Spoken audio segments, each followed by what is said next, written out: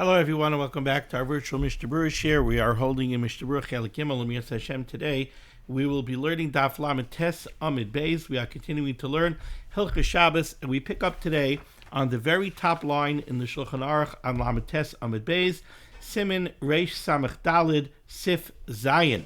A couple of very fascinating topics that we have that come out from the halachas that we're going to learn today. Some of them might take a bit of time to explain the backstory, so let's get started. Our learning should be as chus for Achenu Beis Yisrael Hanasunim Batzara Bashivya Ha'imdim Bein Bayama Bein Bayabasha Hamakayim Yerachem Aleihem V'Yitzim Yitzar L'Rvacha Me'afelu La'ira Mishibur L'Geula Hashta Bagalo V'Zman Kariv V'Naimar Amen.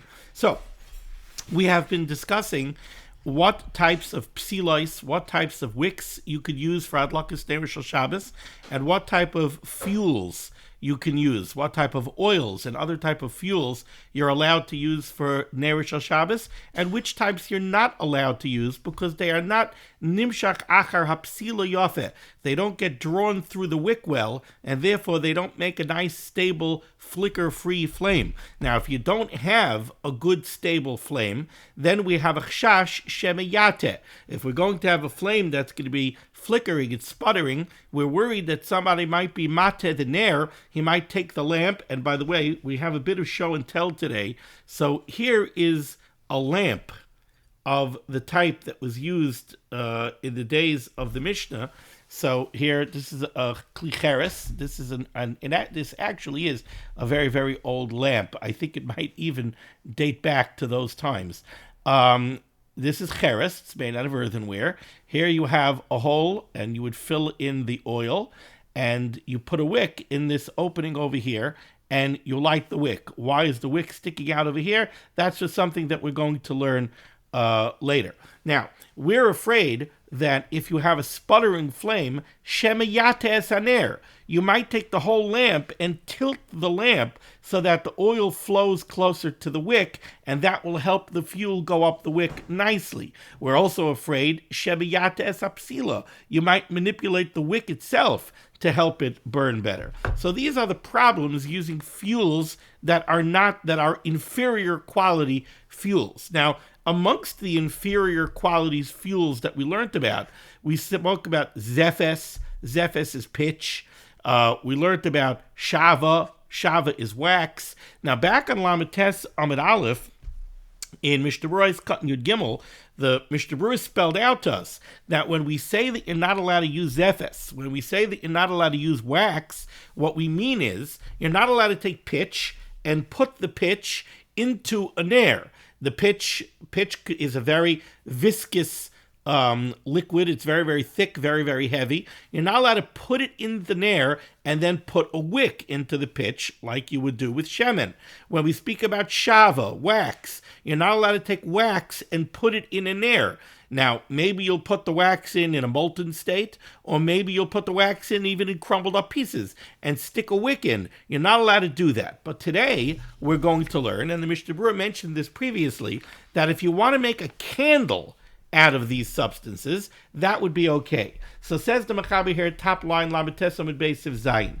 Karach zefes oy shava oy chelev saviv hapsila. If you take pitch, you take wax, or you take chelev, the hard fats of an animal, and you form them into a candle so that they're wrapped around the wick. That's what karach means. Karach means to wrap.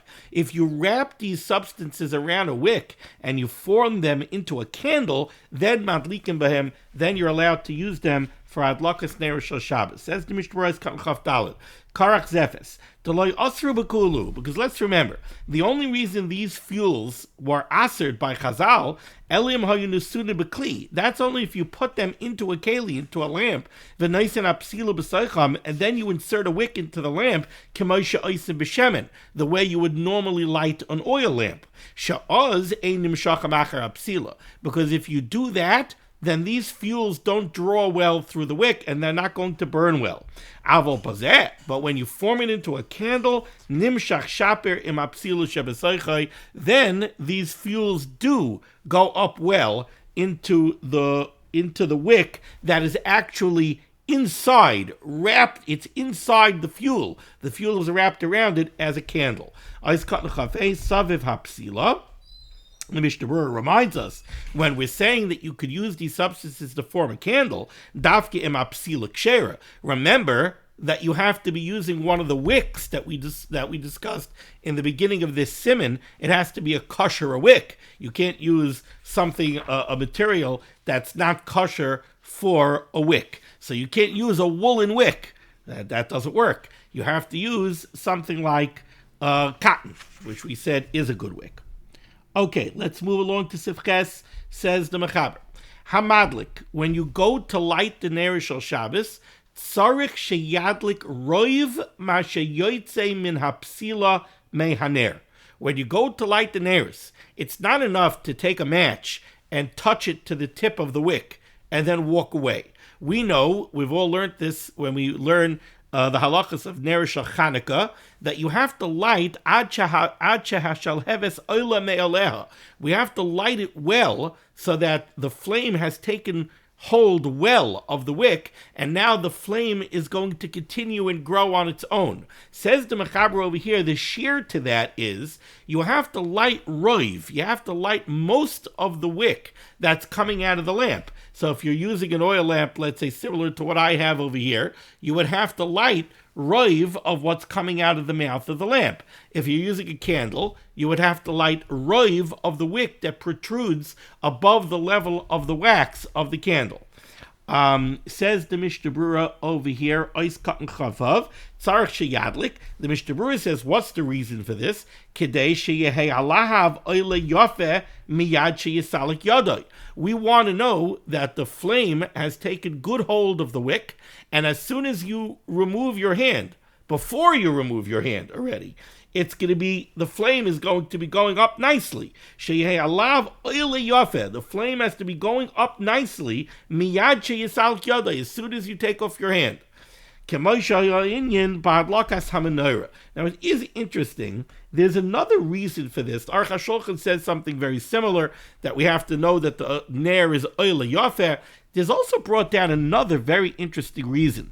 If you remember, we learned a halacha earlier that if you build a fire on Erev Shabbos, let's say you have a wood-burning stove in your house, and you're building a fire inside your wood-burning stove to heat your house for Shabbos. So we said that there's a shear, how well lit that flame has to be. We said that when you build the fire, you have to light it to the extent that it no longer needs any kindling. You light it to the extent that it's going to take off on its own, and you're sure you don't need any additional kindling. If you're lighting one single log, then you have to have the log lit to the extent that roiv hekefai, most of the circumference and most of the thickness, the fire has to penetrate into the log, is already ignited. Now, why is this? The reason is because we're afraid if you build a fire on Erev Shabbos samach l'chashecha, and you don't have it lit to that extent, then after chashecha, after the zman, you might come to do something to the fire to make it burn better. Some want to say that the same halacha applies over here. If you don't light roiv of the wick before the zman, we're afraid now you're not going to have a well-established flame, and you might come to relight it after the zman. But in any case, the halacha over here in the Mechaber, you have to light roiv of the wick. Now, I mentioned that this pertains to a candle as well. That's the Mishnah Berurah's Katan Chazayin. Min, the lashon of the Mechaber was Chazayin. Yeah, min hapsila be'aner. You have to light roiv of what comes out min hapsila of the wick me haner. A ner is a lamp. Says the Mishnah Berurah's Katan Chazayin min haner v'huadin ben er shava v'chelev. The same halacha applies to a candle made out of wax or chelev. You must light roiv of the wick that protrudes above the level of the wax. Okay, moving along to Siftes, second line, middle of the line. Ein tzarich lahavhev hapesila. It is not necessary, me'ikar adin, to singe the wick before you light it. What does this mean? What is havhev?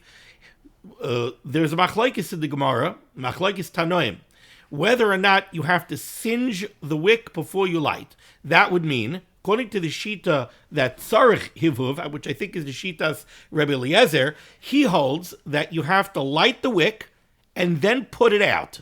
Then you can make the bracha and do Hadlakas Ner Shel Shabbos.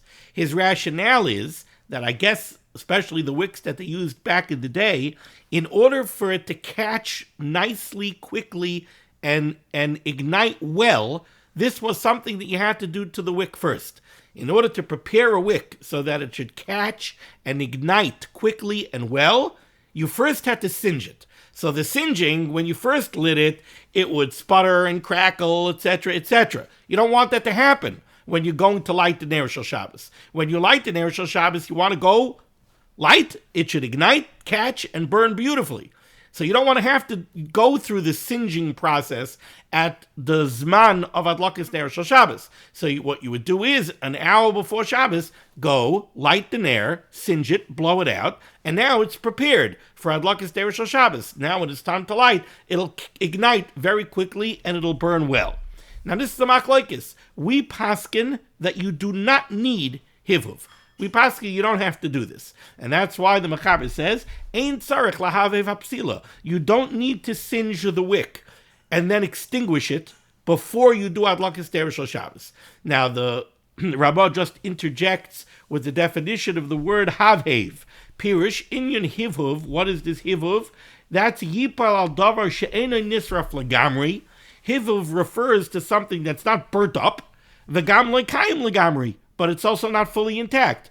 What does that mean? You singed it. Al teichlu mimenu na, when the pasuk says by Korban Pesach that you're not allowed to eat it raw, al teichlu mimenu na, Targum Yonason mahavhev. The Targum Yonason over there says it means mahavhev. It means that you started to cook it, but it's still raw. So again, it's not nisraf legamri, but it's not done, it's not raw. So it's this middle ground kind of. Haga. Now, says the Ramah, nevertheless, despite what the Mechaber has just said, Haga, umikamakayim, noagu lahadlik hapsila ulachaboisa. Nevertheless, the established minig is that we do first light the psila and then extinguish it, kedei shetihiyeh mechoreches, so that it should be singed, v'techois ba ha'or yafeh, and now it will ignite well and the flame will take good hold of the wick. Says the Mishnah Berurah, despite the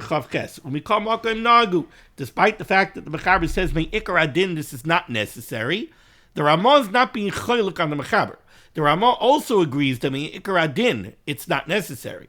The Ramah says even though it's not strictly necessary, the minig is that we do hivuv. Says the Mishnah Berurah, this is not only by an oil lamp, we do this by a candle as well. Now, very interesting, the Mishnah Berurah says, Vezeh yaseh ha'ish. He brings this down in the name of the Achronim. Vezeh yaseh ha'ish. Who is the one that should do this hivuv? Who should singe the ner? Who should light it and then put it out in preparation of Adlakas Ner Shel Shabbos? Vezeh yaseh ha'ish betchila. The man should do that. This is also brought down from the Chai Adam. I believe the Chai Adam also points out that the man should do it. And this is in line with something that we learned earlier, which is, let's remember, the chiyuv of Adlakas Ner Shel Shabbos is not a chiyuv of a woman. You have a chiyuv, a man has a chiyuv of Adlakas Ner Shel Shabbos. Hanoshim muzharos yoiser. We gave this mitzvah over to the jurisdiction of the woman, that typically speaking, the woman who's the one who does Adlakas Ner Shel Shabbos. But when she lights the Ner Shel Shabbos in your house, she's being moitzi you in your chayvas haguf of Adlakas Ner Shel Shabbos. So we want that the man should have some level of involvement in the hadlaka. Here we found a perfect place to give him a level of involvement. Let him do the hivuv. He'll light it, extinguish it, and by doing so, he's preparing it so that his wife will be able to come and light, and it'll ignite quickly and take hold well. And a mile of this is that now the lighting will go smoother. She's not going to have to stand there and wait for the wicks to sputter and crackle until they finally take hold. When she goes to light, she'll make the bracha, and right away the flame will take off. Going now to the final sif here in Siman Reish Samach Daled, sif Yud, 4 lines down, end of the line. Says the Mechaber, Ein madlikin bismartutin. You're not allowed to light with smartutin, which the Mishnah Berurah will define for us. Afilu mechurachin, even if you singe them before Adlakas Neiros Shabbos, you still should not use smartutin. Says the Mishnah Berurah, Kan Chavtes besmartutin. What are smartutin? Hainu belo'e bigdei pishton hagasim. These are thick, heavy, worn out pieces from linen garments. So you had a heavy, thick linen garment. It got wore out. Now you have it as a shmata. So you cut out pieces of it. Don't use those pieces for Adlakas Neiros Shabbos. And the Mishnah Berurah says why? The reason is because they don't take a flame well. So it's not going to burn nicely. It's like all the other types of wicks that we said you should not use. Vayin b'Prima Gadim, and the Prima Gadim says, Ein madlikin al hashulchan b'ner cheres yoshan. You should not use an old, used earthenware lamp. So this is an earthenware lamp. If you have one that was used a whole bunch of times, do not use it for Neiros Shabbos on the Shabbos table. Why? Demois, because it becomes disgusting. This ner was never used. But when you have a klicheres, unless it's glazed, it's porous. And when you keep pouring oil into it, it sucks up the oil and it gets greasy and yucky. So you don't want to have that by the Shabbos Suda table. Ela imkein hisiku ba'or, unless this klicheres was well fired in a kiln. If it's really well fired in a kiln, it's not as porous. V'im shal schuches, but if it's a glass ner, oy shal cheres mitzupa, or it's a glazed cheres ner, shari, then it's mutter, she'ena moz kol kach, because it's not really moz. However, if we're talking about a poverty-stricken individual, vaday mutter, it certainly would be mutter to use even an old klicheres, mimashe yispatel min ner Shabbos to uchayva. We're not going to tell you don't be mekayim the mitzvah of ner Shabbos. So if the only thing that you can afford, if the only thing that you have is an old ner cheres, even though it's mos, that's what you should use. Now it's interesting. Note what the Mishnah Berurah does not say. The Mishnah Berurah does not say, if you're an ani and the only thing that you have is a ner cheres yashan, so light with it, but don't light with it by the Suda. Make the bracha somewhere else in the house. Put it somewhere else in the house so you don't have this davar mos at the Shabbos table. Mishnah Berurah doesn't say that. Why? Because we learned earlier that the Iker ner Shabbos is the one by the Suda. So we're not going to tell you don't light by the Suda. No, light by the Suda.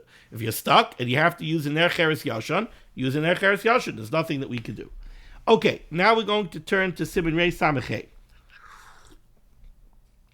And we're going to have some fun over here. A couple of very interesting topics that need some explanation. Says, okay, well, first we have to name the title of the Siman. Siman Reish Samach, Din Kalim Hanitanim Tachas Haner. The halachas of kalim that were placed underneath the ner, underneath the lamp that you're using for Adlakas Neiros Shabbos. Now, we're not only going to talk about kalim under the ner, we're going to talk about kalim above the ner. Din kalim anitanim tachas haner uboy dalet seifim, says the Mechaber Sif Aleph. Ein noistim kli menukiv mole shemen. You're not allowed to take a keli that has holes in the bottom, and it's perforated at the bottom. And this keli is holding oil. Al pi haner. You're not allowed to put this on top of your ner. Kedei sheyehei noiteif b'soichai, so that oil should dip out of this keli and go down into the ner. What's going on over here? So, let's say again, this is your ner that you're using for Adlakas Neiros Shabbos. Now, this opening over here, that's where you pour in the oil. Now, you can see this lamp is not exactly huge. Now, let's remember, there are times when you want your Neiros Shabbos to burn for quite a long time. You want to have the ner burning during the Suda. In the rooms that you're lighting Mishum Shalom Bayis, if you're lighting inside a room Shalo Yikashel, so people shouldn't stumble and stub their toes, you want to have it lit going already into the night when they go in to use the bedroom. So there are times that you need your ner to burn for quite a long time. Now this could only hold a limited amount of shemen. So somebody comes up with a very cute idea. Says, you know what? I'm going to make an auxiliary fuel tank. How am I going to do that? Well, I'm going to take a cup, and I'll put oil in the cup, I'll position it over the nair, and I'll make a hole in the bottom of the cup. Now, by making that hole in the bottom of the cup, the oil is going to constantly drip from the top cup.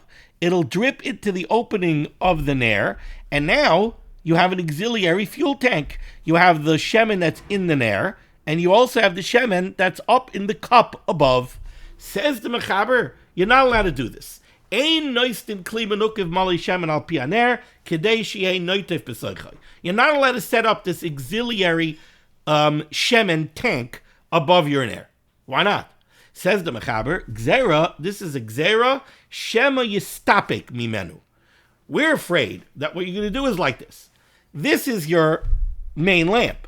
Now, you know that once you put oil in this lamp on Erev Shabbos, and then you light your Neiros, you know that you're not allowed to take oil out of the nair. No one is going to pour olive oil into the nair, light Hadlakas Neiros Shel Shabbos, then come to the Friday night Suda and decide that he wants some extra virgin olive oil for his salad dressing, dip in a spoon, and put it on his lettuce. No one's going to do that. Why? Because they instinctively understand that that oil is the fuel for the Neiros Shel Shabbos, and it's muktzah. It's aser. Not only is it aser, it's also aser to take it out, because if you take oil out of the nair, that would be the iser of kibui. That would be the iser of extinguishing the nair. Now, why exactly is that the iser of kibui? We're going to have to discuss. But that is a fact. The fact is that when you have oil inside a nair, and you take oil out of the nair, that's the iser of kibui. You're not allowed to do that. So we're not afraid that anyone is going to do that. But now let's look at our case. In our case, this is the nair. This is the auxiliary fuel tank. The auxiliary fuel tank is not attached to the nair. It's just positioned above the nair, and oil is dripping down into it. In this case, Chazal said, somebody might be very tempted and will say, hey, I set up that auxiliary oil tank over my nair. It's got 6 ounces of beautiful extra virgin olive oil in it. Let me scoop some out and let me use it for my salad dressing. And you're not allowed to do that. So let's take a look here again.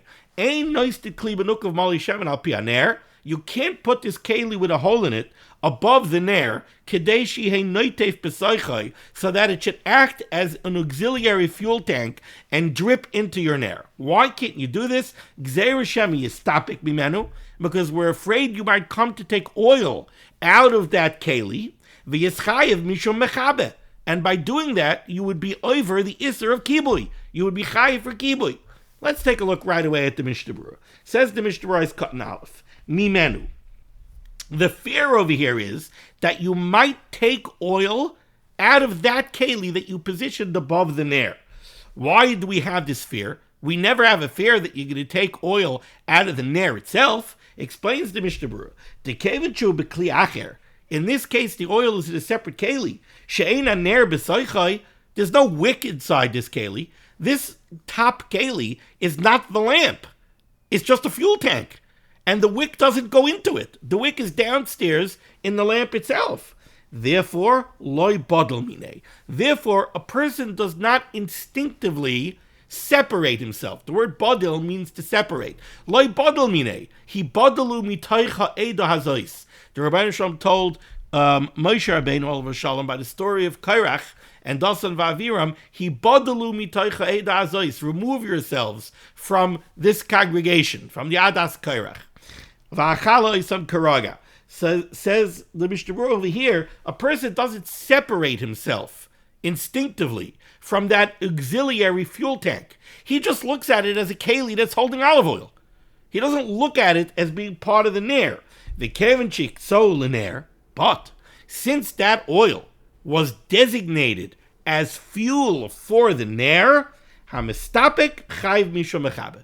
If somebody would take oil out of it, he would be over on kibui. Now, this last phrase, the kevenchik tzol l'nair, since he was maktzeh that oil, he set aside that oil as fuel for the nair, therefore, hamastapik chai mishum mechabe, therefore, if you take oil out of it, you would be over on kibui. If you take a look at the Shari Tzir, nice cut in aleph, the Chavetz Chaim pulls that directly from a Rashi Chavtes Amud Beis in Masechta Shabbos. And what's he saying? since the oil in the auxiliary tank was huktzah, it was designated, it was set aside for the ner, it now belongs to the ner. Therefore, if you take oil out, you're over mishum kibui. Now, the idea that you're chayiv for kibui, the idea that you're over on extinguishing a fire by taking oil out of a ner is the topic of an extensive machlokes rishonim. Now let's analyze this for a minute. The halacha, the isser of kibui is extinguishing a flame. That's the isser of kibui. Now, it's not only if you extinguish it, it's not only if you mamish put it out, even if you lower it. Lowering a flame is a partial kibui. To some extent, you're extinguishing the flame. So lowering a flame is the isser of kibui. Now, in what way are you over kibui? Let's go first, mikal ala kaved. Let's go to a simple case. This is your ner. You take a teaspoon, you stick it in, and you take a dropper, and you stick it in, and you suck out some oil. How are you over on kibui? You're not taking out all the oil. You're taking out a little bit of oil. The flame's not going to go out. How are you over on kibui? So this is machlokes rishonim. Tosfos says that the reason you're over on kibui when you take even a little oil out of a ner is because, this is what Tosfos says, when you take oil out of a ner, at least temporarily, you somewhat dim the flame. Tosfos seems to say that a ner that's more full burns brighter and bigger than a ner that has less oil in it. So when you take oil out, you're dimming the flame. Whether you're dimming the flame permanently or you're only dimming it temporarily, that you have to see Tosfos. But in some way, Tosfos says, by taking oil out, you're actually performing kibui. You're actually lowering the flame. Now, there are other rishonim that are very, very bothered by this Tosfos, namely the Rosh and others. They're very bothered by this Tosfos. Some want to say, hello, I don't see that that's the Metzias. But so they're not happy with this. So they want to suggest, well, how are you over on kibui by taking out oil? Tell you how. You're not dimming the flame, but you know what you are doing? You're lessening the duration of the flame. Let's say the flame had enough fuel to burn for an hour. Now you're dipping in and you're taking out oil. Now it's only going to burn for 45 minutes. So these Rishonim want to suggest that by causing the flame to go out sooner, that's kibui, and you're over mishum kibui. Now, other Rishonim counter to that. They say, wait a second, that's kibui? That's gram kibui. You're not extinguishing a flame now. You're causing that the flame should go out sooner. If anything, that's gram kibui. That's causative. You're causing it to go out sooner, but you're not directly doing any kibui. And gram kibui is mutter. How do we know gram kibui is mutter? Well, the classic case of seeing that gram kibui is mutter. Now, don't take this halakha l'maisa and say, oh, I heard a Rabbi Weiss share gram kibui is mutter. If you have something that is negayah to gram kibui, go ask Shaila on your specific case. But conceptually, gram kibui is mutter. How do we know gram kibui is mutter? Because the halakha is, let's say chas v'chalila, a fire started. And you need the fire to go out. You don't want the fire in chas v'chalila to catch the house. One of the things that are brought down that you're allowed to do is, you're allowed to take a keli full of water and put it right next to the fire so that the fire will hit the keli will bust, and the water will put out the fire. Now, what is that? That's gram kibui. I'm setting up a fire extinguisher. I'm setting up an automated fire extinguisher. If I don't do anything, the fire will go, it will grow, it will catch, and it will burn for 5 hours. Now, by putting a keli full of water next to the fire, the keli will bust, the water will come out, the fire will go out. So what did I just do? I did something to make the fire go out sooner. So that's gram kibui. And we see gram kibui is mutter. So how could you tell me that taking oil out of the lamp, which is gram kibui, is aser? So on that, what Rishonim say is this is actually Achronim, I think, not Rishonim. The difference between the two cases that I just gave you, the difference between taking oil out of the ner and setting up the automated fire extinguisher is a very simple difference. Over here, I'm doing something to the ner itself. I am taking out oil that was designated to be fuel, so it would have burned for an hour. I am removing fuel from the lamp itself. and I'm cutting down the duration of the flame. That type of gram kibui is aser. The other gram kibui, I'm not doing anything with the nair. I'm not doing anything with the fire. The fire is over there. I'm not taking away its fuel.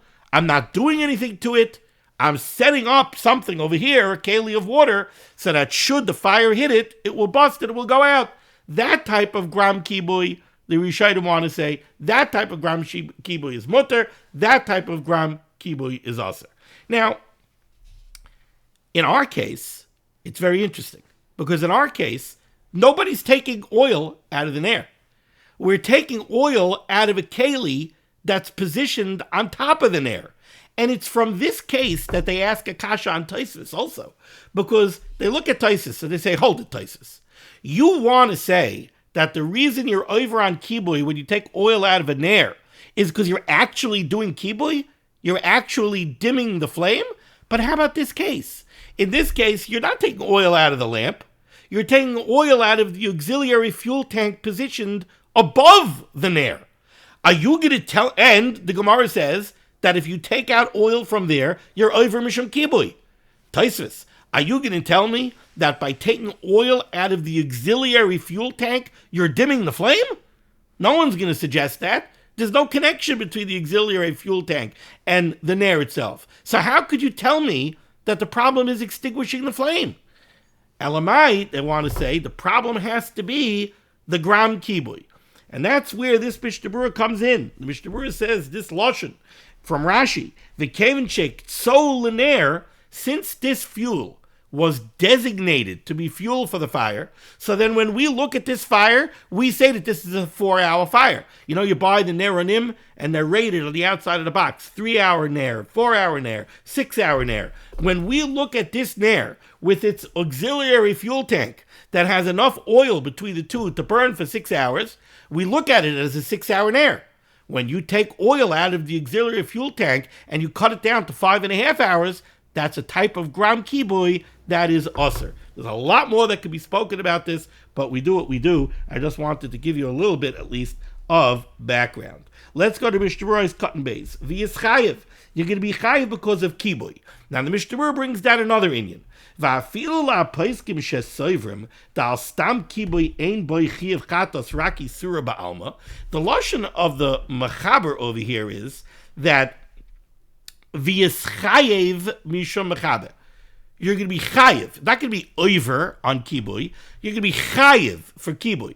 The lashon of chayev mishum kibui sounds like an issa daraisa that if you do it, you're chayev to bring a karbachatos if you did it b'shoigeg. You're chayev skila if there was edom and asra. You're chayev karis if you did it b'mezid without edom and asra. But you're chayev. Says the Mishnah Berurah. Now hold it. There's a very basic machlokes when it comes to the malacha of kibui. Usually we say that in order to be over on a malacha, the malacha has to have a purpose. Malachas machsheves. Part of malachas machsheves is it has to have a purpose. What's the purpose of kibui? So usually the purpose of kibui was to create coals. How did somebody make coals? Somebody lit a fire in wood and let it burn to get it really good and hot, and then put it out, and now it smolders. So the malacha of kibui was to create pechamim. So there is a shita that says that you're only chayiv mishum kibui daraisa when you do it for a purpose to create something. When you do it to create coals, that's when you're chayiv mishum kibui. Now over here, you're not doing it to create coals. Over here, you're taking oil out. Whatever kibui you're doing, you're not doing it to create anything. So the Mishnah Berurah points out, even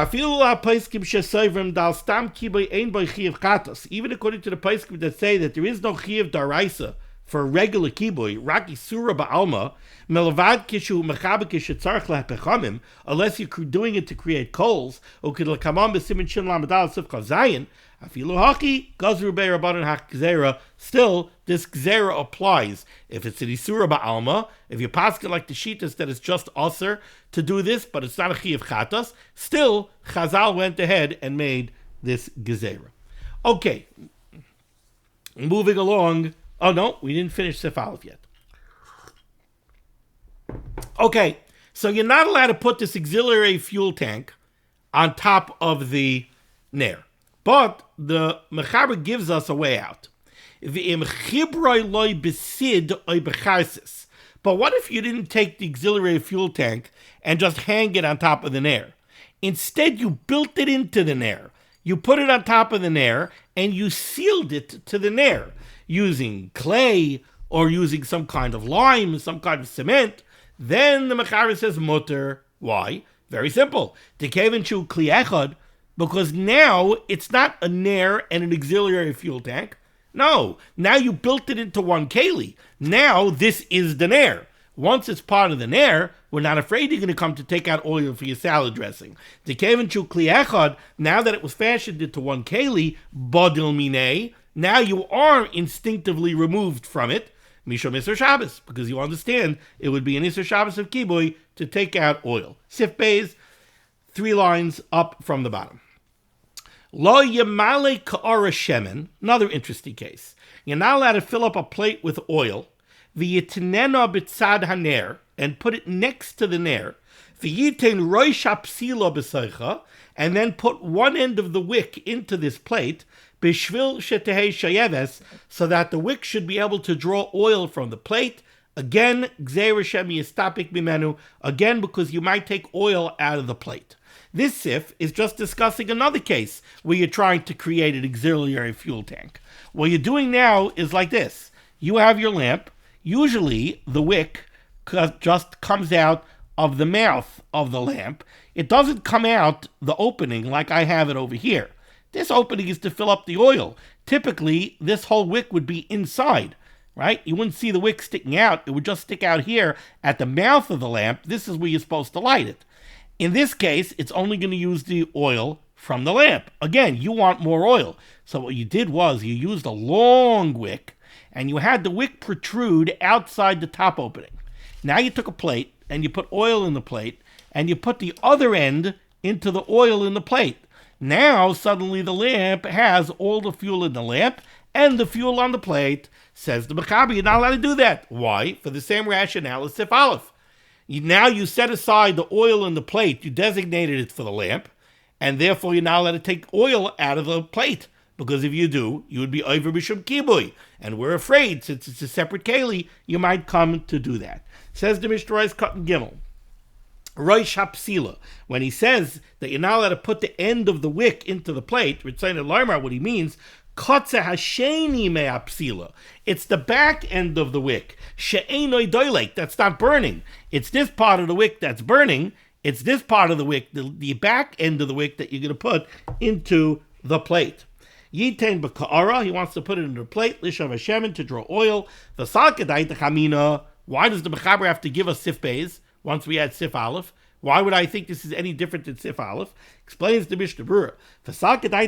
I would have thought in this case,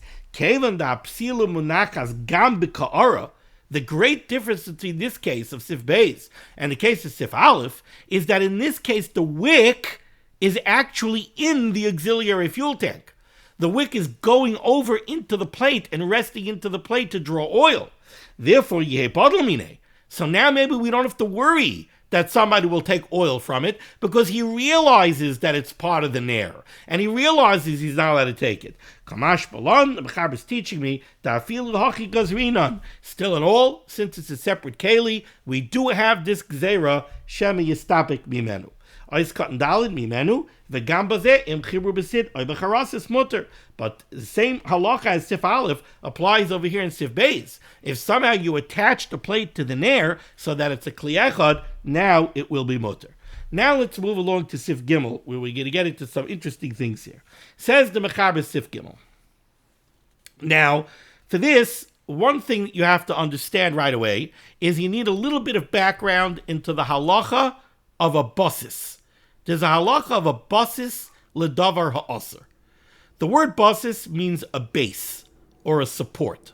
And the halacha is on Shabbos that a basis ledavar ha'aser is aser. If you set up something before Shabbos begins to be a support for a dvar muktzah, so you take your leichter on Erev Shabbos and you put them on a tray. Is a tray muktzah? A tray is not muktzah. But you intentionally took the leichter and you put them on the tray, and the purpose of the tray is to support and be a base for the Neiros Shel Shabbos. Now, the Neiros Shel Shabbos are muktzah. The tray is a basis. It's a support for the davar ha'aser. The basis itself now becomes muktzah. The tray is muktzah. Now, if you set this up on Erev Shabbos before Ben Hashmoshes, so now what's going to happen is, Kevin this got soil Ben Hashmoshes, once this tray was a basis during Ben Hashmoshes, it's got soil kula yuma. It's now going to be muktzah for the entirety of Shabbos. So that's the basic halacha of basis. Now, let's take a look at a different case. Let's say something was not a basis l'davar ha'aser when Shabbos started, but you turned it into a basis l'davar ha'aser on Shabbos itself. So you have a tray, and there's nothing on the tray. And now somehow a davar muktzah got put down onto the tray. Whatever the case is, a wallet ended up on the tray. So the wallet is muktzah, and now it's the only thing on the tray. Does the tray become a basis? Not really. Because in order for it to become a basis and have the real din of a basis, it has to have been turned into a basis on Erev Shabbos by Ben Hashmoshes. It has to have been a basis during Ben Hashmoshes. To create a basis on Shabbos is a different halacha. Having said that, are you allowed to move the tray? No, you're not. Why are you not allowed to move the tray? Because there's a dvar muktzah on it. And by moving the tray, you're moving the dvar muktzah. Now you're going to tell me, oh, it's tiltul min hatzad. Tiltul min hatzad is not a blanket heter. Tiltul min hatzad is not always mutter. Tiltul min hatzad, indirectly moving a dvar muktzah, is a heter that we use to allow moving a dvar muktzah when there's a reason for the dvar muktzah to be moved. We'll get into that, a lot later, Bez Hashem Yisbarach. But to move the tray that has the wallet on it on Shabbos, kol zman the wallet is on the tray, you're not allowed to move the tray. Having said that, there's a caveat to that halacha too. When is it that you're not allowed to move the tray with the muktzah on it? If you're moving it for the purpose of the dvar muktzah.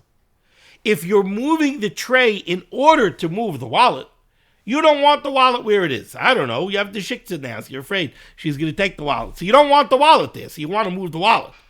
To move the tray for the tzorich of the dvar muktzah, that you're not allowed to do. But if you move the tray for the purpose of the tray, you need the tray. This is the tray that you were counting on to serve your roast. And now it has a wallet on it. So then you're allowed to be menar the wallet. You're allowed to take the tray and shake the wallet off it. And now you could go use the tray to serve your roast. Okay. Now, against that backdrop, let's see Sif Gibel over here. Says the Mechaber, Ein noistin kli b'Shabbos tachas haner. Somebody has his ner. Now let's imagine, for the purpose of this sif, that this ner is suspended. It's hanging. You have some beautiful chains, and it's hanging from the ceiling. Okay, so it's self-supported. Now, you filled up the ner. You wanted it to burn for as long as it can. So you really filled up the ner all the way to the tippy top. Not only that, it's overflowing. So now you have oil dripping out of the ner. Now, oil was valuable. So you have valuable oil dripping out of the ner. So what you want to do is, you want to take a keli, and you want to put a keli under the ner to catch the valuable oil. Says the Mechaber, Ein noistin kli b'Shabbos tachas haner. On Shabbos, you're not allowed to take that plate and put it under the ner, lekabel shemen hanoitev, to catch the oil that's dripping. Why can't you do this? Because you're taking a keli, this plate, we're talking on Shabbos, it's Friday night, this is a 6-inch plate, perfectly usable to serve the gefilte fish, right? But now, by putting it under the keli to catch the shemen, you know what you're doing? You're making this plate usser. Now, we'll see why. But you're making this plate usser. So you're taking a keli that was perfectly usable on Shabbos, you're putting it into a position where suddenly it's going to become usser.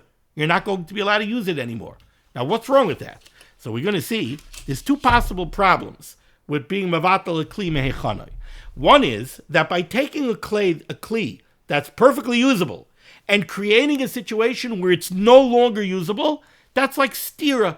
It's breaking a keli. Are you allowed to break a keli on Shabbos? No, you're not allowed to break a keli on Shabbos.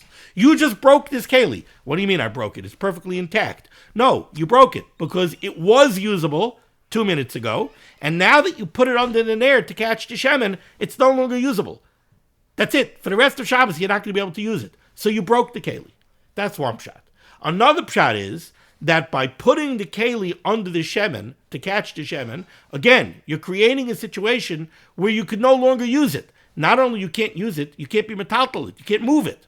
So you know what you did? You froze the keli in place. Okay, what's wrong with freezing a keli in place? It's like boina. You built it into place. You froze it into place. You're not allowed to do it. Okay, now let's take a look. Oh, but the Mechaber says, Umutter litnoi miba'od yom. But you want to do this Erev Shabbos? You want to put the plate underneath the suspended nair on Erev Shabbos to catch the oil? That you're allowed to do. On Shabbos you can't do it. Erev Shabbos you can. Let's see the Mishnah Berurah here. Ois cotton hay. Lekabel shemen. So you want to put this plate under the nair to catch the oil. You're not allowed to do that on Shabbos. First says the Mishnah Berurah, Avol mutter loseis takas nair shel shava oy shel chelev shechoishes sheva yapil v'yadlik masha tachtov. How about if you're lighting candles, and the candle is wobbly, and it looks like the candle might fall over. Now, if the candle falls over, it might ignite the table. You're allowed to take a plate or a tray and put it there so that should the candle fall over, it'll fall over into the keli. That you're allowed to do. So again, distinction. To put a plate underneath the suspended oil lamp to catch the oil, not allowed to do. Bitul keli me'echano. To put a plate under the candle so that should the candle will fall on the plate, that you can do on Shabbos, and that's not bitul kli me'echano. Needs explanation. Says the Mishnah Berurah. So this you're allowed to do. You could put a keli down next to the nair so that if the candle falls over, it should land on the keli. Now why? Why are you allowed to do this? So the Mishnah Berurah is going to explain that in the case of the candle, it's not bitul kli mehechanoi. Why not? Umitam. The cave and the efshel in na'er miyado iser mitoicha keli kemoisha kosas siman reishayin zayin, since the halacha is that should the candle fall over onto the keli, you would be allowed to pick up the keli and right away shake off the candle and now use the keli. That's not called bitul kli mehechanoi. What's at work over here? It's based on what I explained to you before. What happened over here? A candle fell onto a keli. Now the keli is not muktzah. The nair, the candle, is muktzah. The muktzah candle fell onto the keli.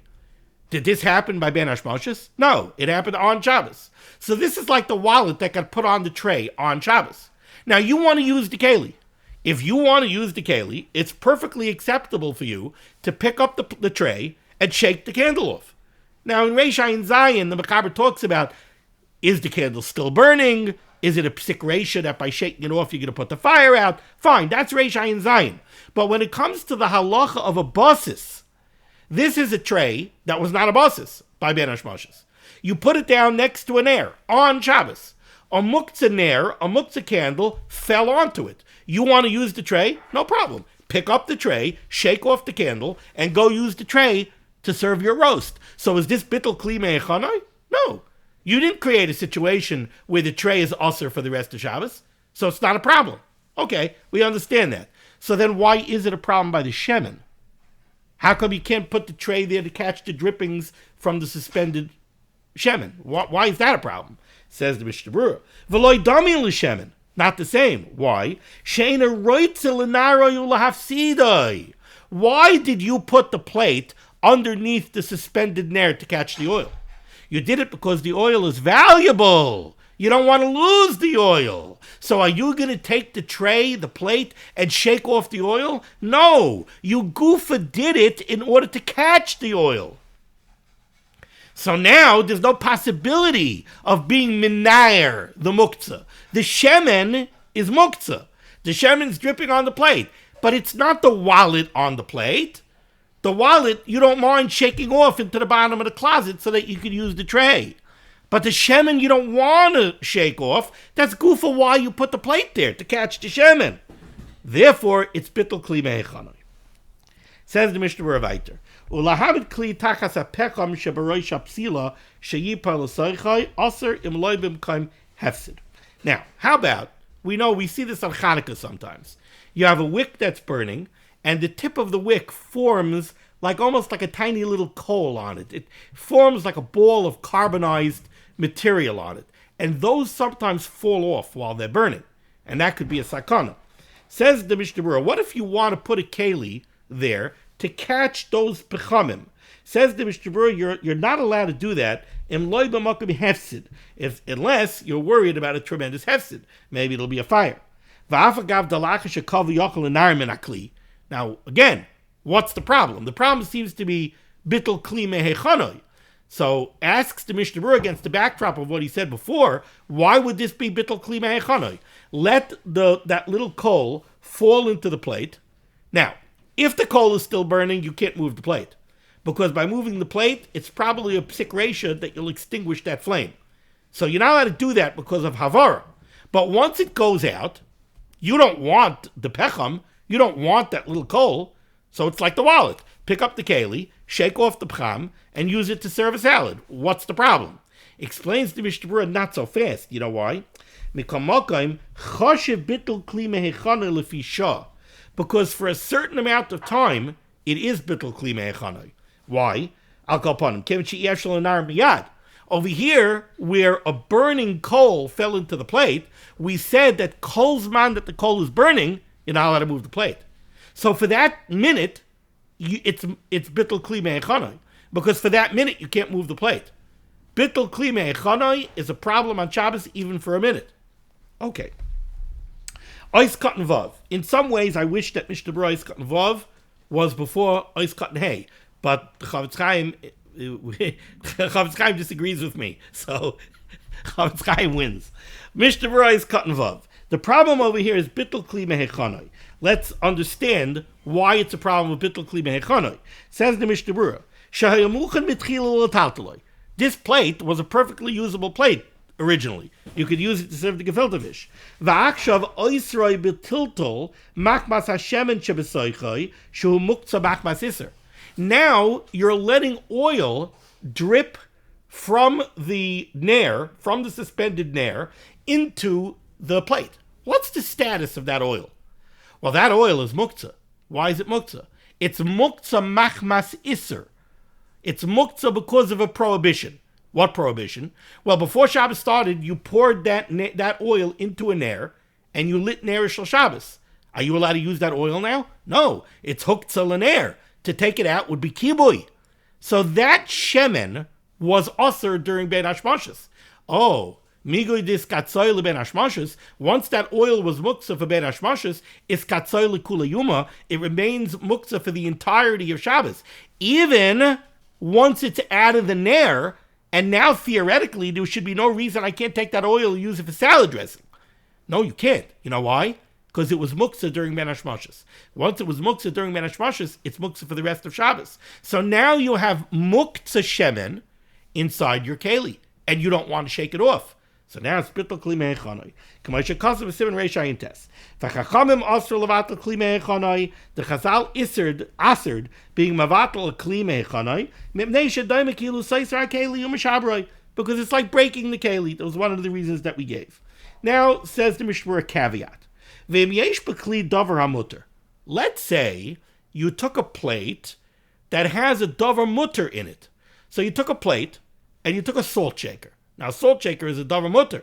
And if it's a crystal Shabbos salt shaker, it's valuable. So you took a plate with a crystal salt shaker in it, and you put it under the nair to catch the drippings. Now, the keli is not going to become usher. You know why? Because even though it's going to have muktzah shemen in it, so it's kind of a basis, right? But it also has a crystal salt shaker. And the crystal salt shaker is more chashuv than the oil. So you're allowed to move it for the purposes of moving the salt shaker. So then it's not a problem that you're moving the oil.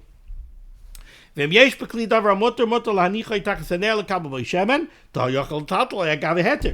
now you could move it for the salt shaker.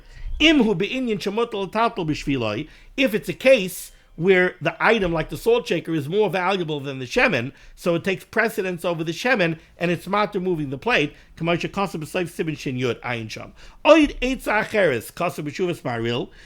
Maril gives another eitzah, how it would be mutter to put a plate there.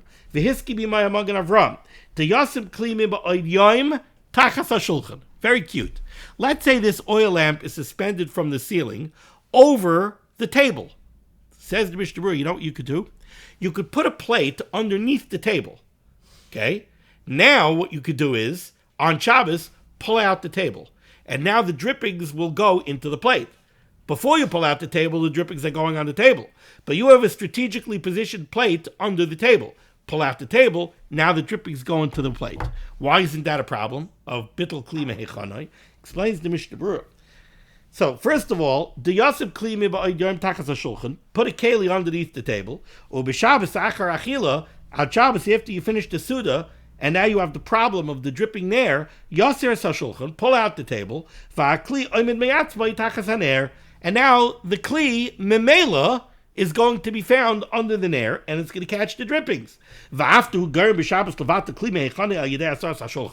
Even though it's true that by pulling out the table, you are causing bitul kli mehechanoi, because you're causing a situation where now the drippings will go into the plate. Mikol makom shari, that is nevertheless mutter. Kevin she'enim avatloi b'yadayim b'Shabbos. Since you're doing the bitul kli mehechanoi indirectly, you're not putting the plate there, you're just pulling the table out. Says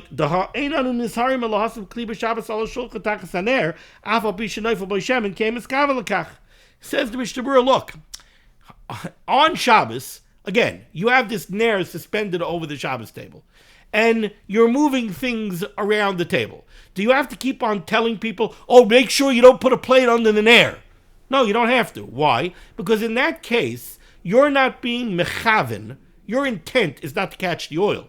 You're just moving plates around on the table. It happens to be that you located a plate under the table. Now it's going to get shemen on it. We don't call that bitul kli mehechanoi. Hachinami ein miskavnin kishamasar hashulchan elo hatzos hashulchan. When you pull the table out, are you doing it to catch the oil? No. You're doing it to save the table. Shelo yipol alav haner. Okay. We're going to stop over there. Thank you so much for joining me for limud HaTorah. The source of limud HaTorah should be megan against Klal Yisrael. The Rosh Hashanah should send Yeshua Seferus Panos and Shidduchim to all those in need. We should be zoichet to see the BS Gal Tzedek. B'meherav Yameinu. Amen. Be well.